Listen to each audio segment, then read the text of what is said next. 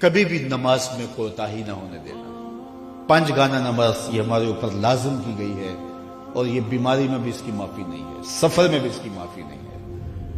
پانی نہیں ہے تو تیمم کر لو، کھڑے ہو کے نہیں پڑھ سکتے بیٹھ کے پڑھ لو، بیٹھ کے نہیں پڑھ سکتے لیٹ کے پڑھ لو. حالت جنگ کے اندر بھی اس کی معافی نہیں دی گئی. تو کبھی بھی نماز ترک کرنے کی غلطی نہ کرنا.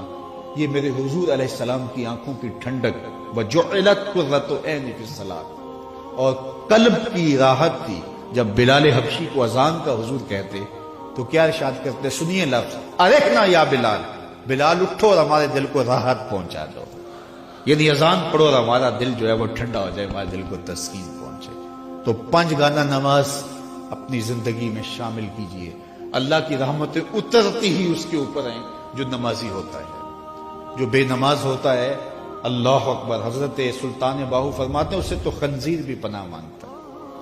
اور شیخ سعدی بولے اسے قرضہ نہ دو جو بے نمازی، اس لیے کہ وہ رب کا قرض ادا نہیں کرتا، تمہارا قرض کیسے ادا کرے گا.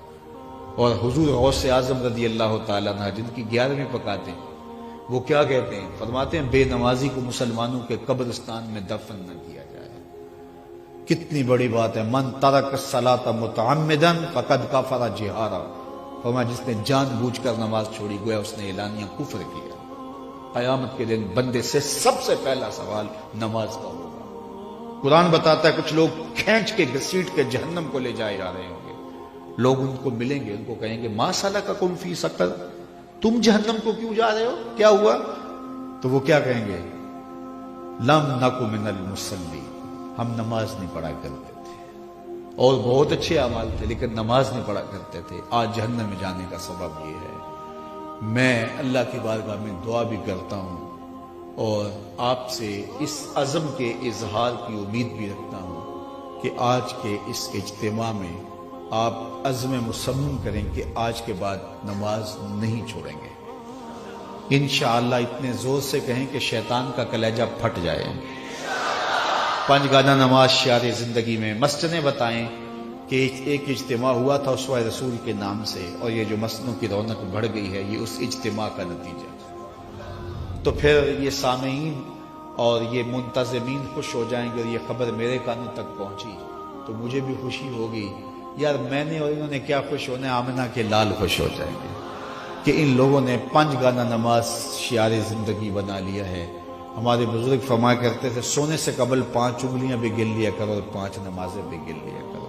اگر 5 نمازیں پوری ہیں تو اللہ کا شکر ادا کیا کرو. کسی کا حق غصب نہ کرنا، کسی کو تکلیف نہ دینا. حقوق العباد کی سختی سے پابندی کی تلقین کی گئی ہے. جس نے کسی کے صرف 3 پیسے مارے، 3 پیسے، قیامت کے دن اس کی 700 نمازیں جو جماعت کے ساتھ پڑھی لے لی جائیں گی.